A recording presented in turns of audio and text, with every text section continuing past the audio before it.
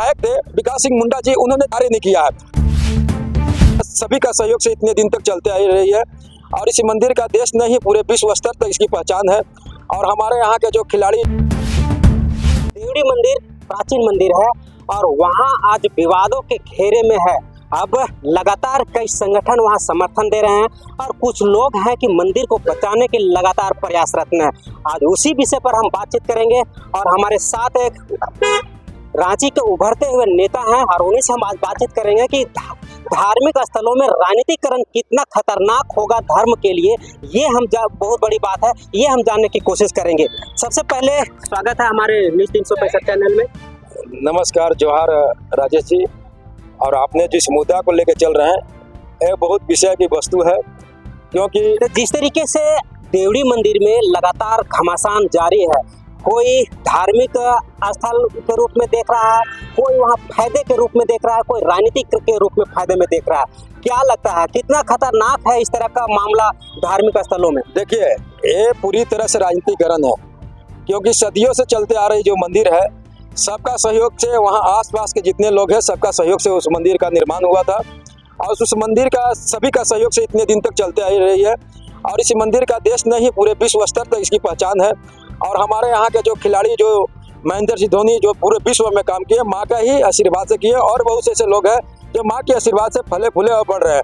बात रह गया यहाँ पर कि इसे मंदिर का भी जल्द ही ये जो देख रहे हैं धार्मिकरण जो किया जा रहा है, इसका मुख्य कारण है कि इसे यहाँ अभी चुनाव आने वाला है, विधानसभा चुनाव, और विधानसभा चुनाव में एक पक्ष चाहता है कि मंदिर निर्माण करके हम यहाँ के लोगों को वोट बरगला कर ले ले, दूसरे पक्ष चाहता है कि मंदिर के विरोध करके यहाँ हम उसको अपने पक्ष में वोट एकत्रित कर ले और विधायक बन जाए। 5 साल में वहाँ जो विधायक थे विकास सिंह मुंडा जी, उन्होंने क्षेत्र में कोई कार्य नहीं किया है। आप देखिएगा कि वहाँ आसपास में रोड का सबसे बड़ी रोड का समस्या है। रोड के साथ में वहाँ पर आप देखिएगा 5 साल में इस तरह से उस बालू वहाँ से अवैध खनन हुआ कि वहाँ की जो नदी है उसकी जो मूल जो धारा थी वो चेंज हो गया है। वहाँ नदी अब चुआ में बदल गया है।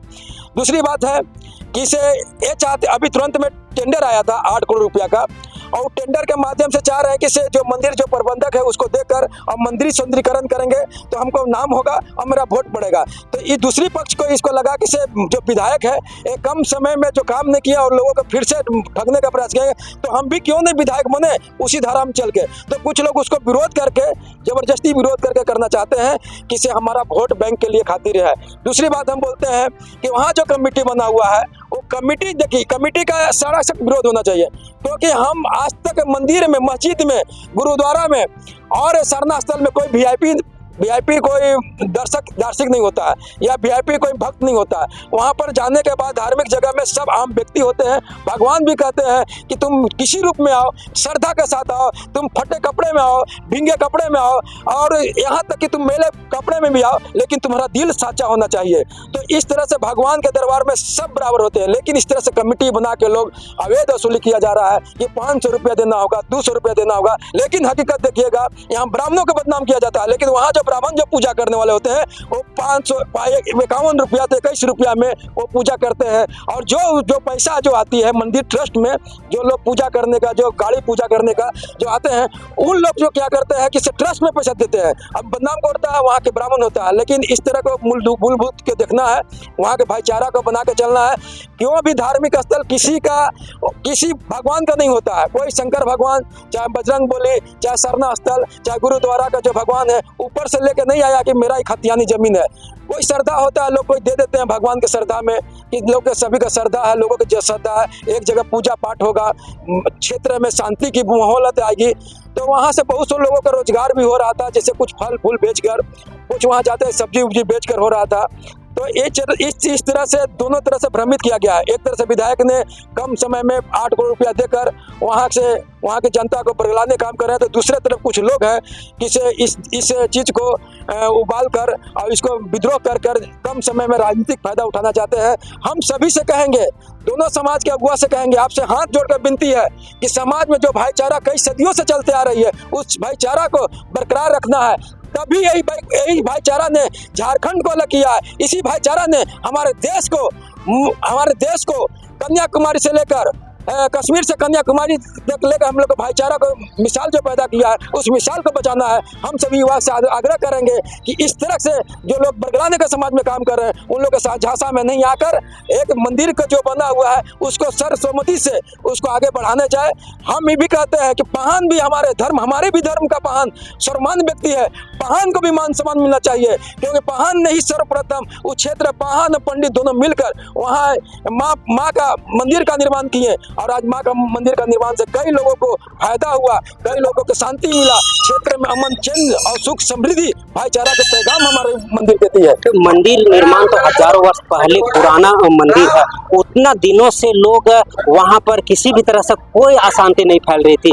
जब ट्रस्ट बना उसके बाद लोगों ने इसका विरोध करना चालू, क्या कारण मानते हैं? देखिए सर, हम आप तो अभी भी बोले कि ट्रस्ट के कारण ही हुआ है। ट्रस्ट में ही हुआ कि पहले जो मंदिर में 5 साल में 1 लाख 2 लाख रुपया आती थी, जब ट्रस्ट बना तो 51 लाख रुपया का हिसाब आया, 40 लाख रुपए। तो लोग को लगा कितना पैसा आ रहा है, मंदिर का कहाँ जा रहा है।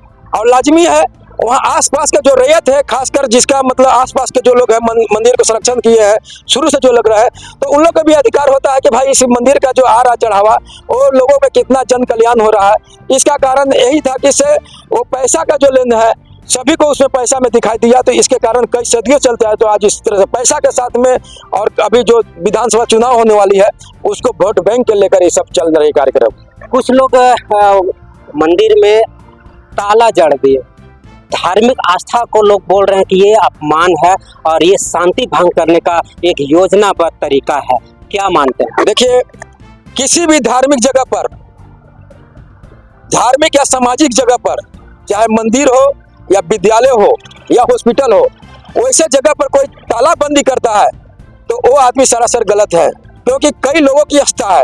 हो सकता है कि जो ताला बंद किए हैं उसी के परिवार में किसी के मंदिर बसता हो, ऐसा तो सभी का रहता है। लेकिन हम मानेंगे विरोध करने का ये तरीका नहीं हुआ कि मंदिर में आप ताला बंद कर दे, गुरुद्वारा में ताला बंद कर दे, मस्जिद में ताला बंद कर दे, शरणा स्थल में ताला बंद कर दे।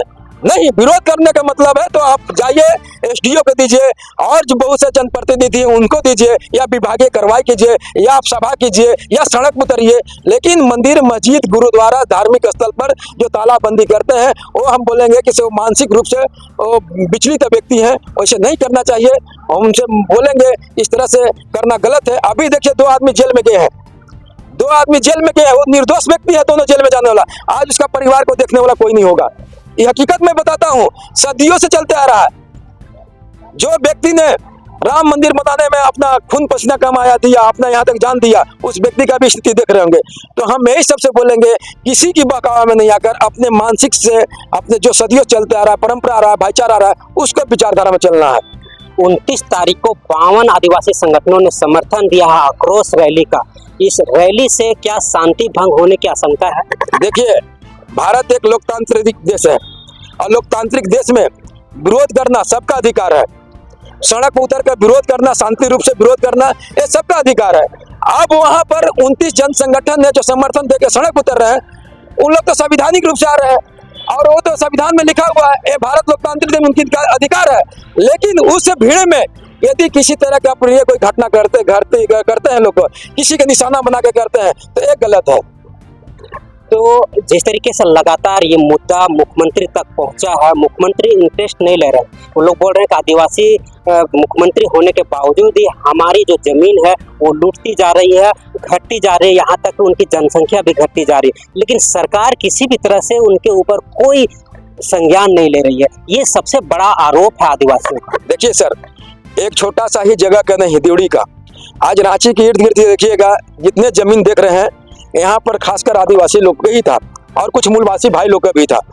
तो लेकिन वो जमीन का स्थिति अभी देखिए कि मंदिर, वो जमीन जो है, जमीन कहाँ चला गया मालूम नहीं, लेकिन बिल्डिंग पर बिल्डिंग बनते गई। आज से नहीं, कई सालों से बनते जा रहा है। जब से झारखंड अलग हुआ तब से इसी तरह धरातल चलते रह रही है। तो हम बोलेंगे जन संगठन से कि भाई मंदिर के ही पर से जमीन पर इतना आप ध्यान क्यों आकर्षित कर रहे हैं? आप झारखंड, रांची के इर्द गिर्द देख लीजिए और झारखंड के प्रमुख जगहों में देख लीजिए, धनबाद देख लीजिए, बोकारो देख लीजिए, और इसके बाद टाटा, उधर जमशेदपुर देख लीजिए, और इर्द गिर्द जो है हमारा अभी खुट्टी में भी इस तरह से हो रहा है, पुंडू में भी हो रहा है। तो इस सर जो शहर के इर्द गिर्द जो जमीन है उसमें कई हेक्टेयर जमीन जो है वो अवैध रूप से कब्जा करके चाहे बना दिया गया है। तो हम तो बोलेंगे अगुआ लोग से कि उसी जमीन को नहीं, मुख्यमंत्री से और जमीन के बारे में उसको उन लोगों को इस बात को रखना चाहिए। दूसरी बात रह गया कि मुख्यमंत्री के बात को लेकर, तो मुख्यमंत्री आदिवासी जरूर है, लेकिन मुख्यमंत्री पूरे झारखंड के मुख्यमंत्री है, आदिवासी मूलवासी समाज के मुख्यमंत्री है। तो उनको सबको लेके चलना है। छोटे छोटे बातों में जो है, जो जबरदस्ती लोग यदि किसी भी मुद्दा को लाकर और मुख्यमंत्री को बैकफुट पर करना चाहेंगे, तो मुख्यमंत्री विकास के रास्ते में चलने वाला व्यक्ति है। मुख्यमंत्री लगातार संघर्ष कर रहे हैं कि किस तरह से हम इस झारखंड को आगे बढ़ाएंगे। जो 4.5 सालों में हमसे भूल हो गया है, जो हमको 2-3 महीना जो बचा हुआ, उसमें कैसे काम करेंगे, लोगों को कैसे प्रकाशित करेंगे। बहुत सारे मुख्यमंत्री ने घोषणा की है, तो उस घोषणा को पूरा नहीं किए। तो मुख्यमंत्री सोच रहे हैं कि जल्दी ही कितने समय में हम काम कर दे, तो हम क्षेत्र में जाएंगे तो जनता को जवाब दे सकेंगे। इसलिए मुख्यमंत्री नहीं दे रहे जवाब कि मुख्यमंत्री आदिवासी मूल समाज के हैं। मुख्यमंत्री को अभी बहुत कुछ करना है, वो छोटे मोटे जमीन को नहीं। हम तो बोलेंगे रांची के इर्द गिर्द जितने जमीन जो गया है, जितने आदिवासी मूलवासी समाज का जमीन गया, उस पर अगुआ लोग को आना चाहिए और मुख्यमंत्री से मिलना चाहिए, राज्यपाल से मिलना चाहिए, सड़क पर उतरना चाहिए, आदिवासी मूलवासी समाज को एक साथ मिलकर चलना चाहिए। आज स्थानीय नीति के लिए कोई इसी तरह से आंदोलन नहीं करता है जी। अगर हकीकत करना है तो अगर सदियों से यहाँ जो आदिवासी मूलवासी समाज सदियों से वंचित है, जो स्थानीय नीति, नियोजन नीति, झारखंड में हमारी पहचान है ही नहीं है। अब हमारी पहचान नहीं है, हम बोलेंगे हम यहाँ के आदिवासी हैं, तो क्या आपका प्रूफ है जी? क्या प्रूफ है कि हम यहाँ के आदिवासी मूलवासी हैं? तो आदिवासी मूलवासी पहचान के लिए पहले लड़ाई लड़ना था। इन कि हमारा जो धार्मिक जगह का है, उस धार्मिक जगह सभी का होता है। आज वो भी जाएंगे वहाँ धार्मिक स्थल में जाने में, चाहे मस्जिद चल जाइए तो आपसे नहीं पूछेगा किसे राजेश जी आप हिंदू है कि मुस्लिम है। आप मंदिर चल जाइए तो आपसे नहीं पूछेगा कि आप अजहर मलिक है कि कौन है। आप चले जाइए गुरुद्वारा चले जाइए, सरना स्थल चले जाइए तो आपसे नहीं बोलेगा साहू जी है कि क्या है। तो धार्मिक जगह पर सभी का जगह होता है, धार्मिक जगह सबका होता है। इसलिए धार्मिक जगह को जितना जल्दी हो धार्मिक जगह को स्वतंत्र ही छोड़ना चाहिए। और इस तरह से जो ट्रस्ट बनाते हैं, तो ट्रस्ट लोग को भी बोलेंगे कि धर्म में आपको जगह मिला है तो धार्मिक जगह में काम करना है। और ट्रस्ट के लोग थोड़ा सा गड़बड़ सड़बड़ किए, इसीलिए वो वहाँ उग्रता आ गई है। नाम रवि पीटर, और मैं झारखंड उलगुलान मोर्चा का अध्यक्ष और विश्व संगठन महासंघ के राष्ट्रीय संयोजक भी हूँ। तो जिस तरीके से देवड़ी मंदिर प्रकरण में इन्होंने साफ शब्दों में और बेबाक होकर के जिस बात को रखा है, वो यदि दोनों पक्ष अगर अमल करते हैं तो हमेशा से रांची और झारखंड में या धार्मिक स्थलों पर शांति कायम रहेगी। आगे क्या मोड़ लेता है वो हम आपको अपडेट करते रहेंगे। फिलहाल हमारे साथ जुड़े रहें। न्यूज़ 365 राजेश के साथ।